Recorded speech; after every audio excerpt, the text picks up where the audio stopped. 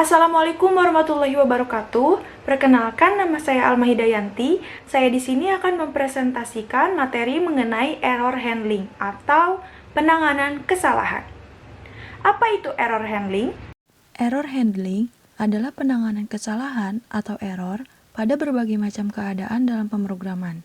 Setiap ada kesalahan, maka eksekusi program tidak akan dihentikan secara tiba-tiba, tetapi akan diteruskan ke baris program yang terdapat skrip penanganan kesalahan.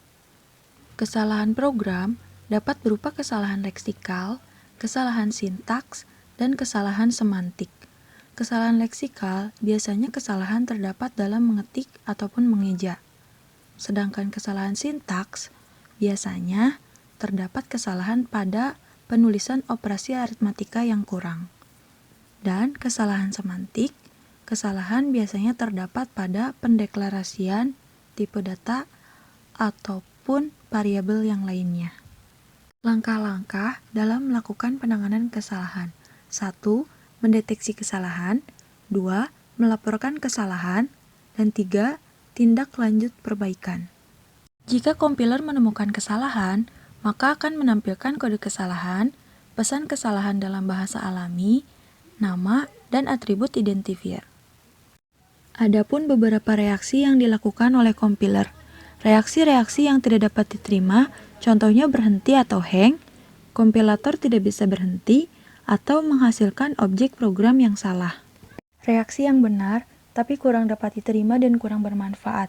Contohnya adalah kompilator menemukan kesalahan pertama, melaporkannya, lalu berhenti. Contoh yang kedua itu pemrogram membuang waktu untuk melakukan pengulangan kompilasi untuk setiap kali terdapat sebuah error. Sedangkan reaksi-reaksi yang dapat diterima dibagi menjadi dua, reaksi yang sudah dapat dilakukan dan reaksi yang belum dapat dilakukan. Reaksi yang sudah dapat dilakukan, jika kompilator melaporkan error, maka akan melakukan recovery atau pemulihan dan repair atau perbaikan. Namun, reaksi yang belum dapat dilakukan, kompiler mengkoreksi kesalahan, menghasilkan objek program sesuai yang diinginkan pemrogram. Kompiler memiliki kemampuan untuk mengetahui maksud dari pemrogram, belum diimplementasikan pada program. Tujuan error recovery bertujuan mengembalikan parser ke kondisi stabil agar supaya dapat melakukan proses parsing ke posisi selanjutnya. Mekanisme ad hoc recovery yang dilakukan tergantung dari si pembuat kompiler, tidak terikat pada suatu aturan tertentu, dan disebut juga dengan istilah purpose error recovery. Berikut ini adalah contoh sintak directed recovery.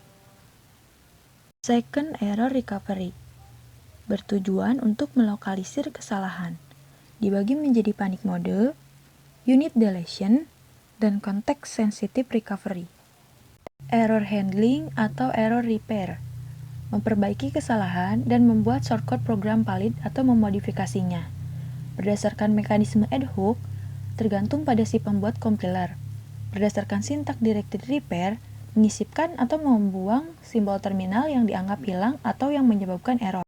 Berikut ini adalah contohnya. Kelebihan simbol N yang menyebabkan kesalahan, maka kompiler akan membuangnya.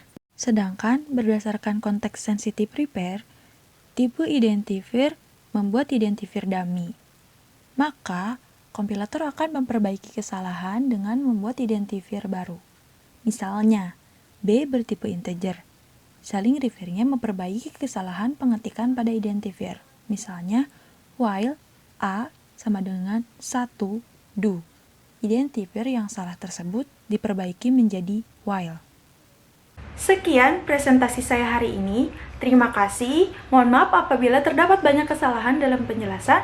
Wassalamualaikum warahmatullahi wabarakatuh.